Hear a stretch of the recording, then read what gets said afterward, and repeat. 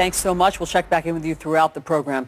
Joining us now to talk about all of this is our CNN military analyst, retired Lieutenant General Mark Hertling, and counterterrorism expert and senior fellow with the Foundation for Defense of Democracies, Daveed Gartenstein-Ross. Gentlemen, thanks so much for being here. General, I want to start with you. Let's talk about this Russian warplane being shot down. Why would Turkey take this action? Well, because it more than likely flew into Turkish airspace. And Allison, remember, this is about the third time Turkey has warned Russia flights to stay out of their airspace. Turkey has, what we know right now is that Turkey has the ability, certainly with F-16s, which they claim shot down the fighter when it entered their airspace. They have done that in the past against a Syrian airliner or airplane that flew into their airspace. We also know that the pilots seem to have objected from the video that's being shown by Russian TV. Russia has already claimed that it was not in Turkish airspace. Russia also claims that it was shot down by a land artillery piece, which seems a little bit ludicrous right now. But we know that there have been incursions into the Turkish airspace. Turkey has warned several times not to do it. And truthfully, this is a premonition we all have had before based on the fact that Russia has crossed over international borders on several occasions and almost thumbed their nose at the Turks. But General, hadn't Turkey said that the coalition fighting ISIS could use their airspace? Yeah, not yet. They haven't given that permission to Russia. And in fact, they have warned Russia multiple times to stay out of their airspace. What actually compounds this issue, Allison, is the fact that Turkey obviously is a NATO country as well. And it seems like Russia has ignored the boundaries in flying over northern Syria, attacking enemies of the Assad regime. And no, certainly Turkey has not given permission to Russia to enter their airspace. And before I get to Daveed, General, what does this mean? What does this mean now? Yeah, this is going to certainly complicate matters, especially this week, as you've seen President Hollande, and you've reported it, attempting to build a greater coalition against ISIS. Russia has said recently that they are going to fight ISIS, although there hasn't been that many indicators that they are attempting to do that. So this is going to certainly complicate matters as the coalition builds, with France joining the bombing campaign over northern Syria, with potentially by Thursday of this week the UK sending forces into Syria as well as into Iraq, which they've done already. This is going to really cause some coordination and deconfliction problems if Russia continues to just deconflict as opposed to coordinate their aircraft in northern Syria. Okay, Daveed, let's talk about all of the new developments into the investigation of the Paris attacks. Well, investigators have learned that they believe these attackers conducted prior surveillance on their targets. They found a map of the Bataclan music venue on their cell phone that was discarded. So this means that these restaurants and this music venue, these were not randomly chosen. They were targeted. What does it tell you? A few things. Obviously, the advanced coordination is something that's coming out with this information.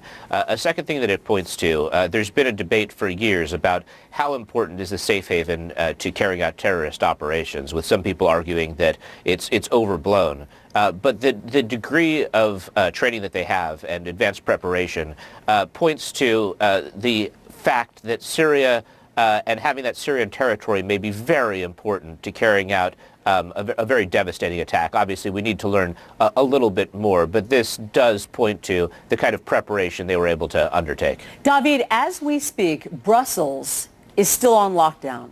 Yes. The subway system is closed. Schools are closed for yet a second day in a row. What kind of intel must they have in Brussels to go to this length? It's not clear what kind of intel they have. I mean, the nexus to Brussels is clear enough. Abdeslam, not Abdeslam, sorry, but Abaoud, who was the ringleader, had been in Brussels. He was in Brussels back in January of this year before fleeing to Syria and was part of a cell that was disrupted there. His connections to Molenbeek are very well known. But one of the things that's very striking about this is the way you had interlocking cells which were able to get under the radar of authorities. You had the first cell of attackers in Paris. There was a second interlocking cell that was disrupted in the raid that occurred just a few days ago. And then you may have had additional follow-on attacks planned as information is coming out more. And the thing is that authorities really just don't know how big it is, which is striking in terms of the kind of operational security that the attackers were able to undertake. Okay, so all of this under the backdrop of President Hollande meeting with President Obama today to talk about next steps against ISIS. Daveed, you study terrorism every day, day in and day out. What should the next steps be?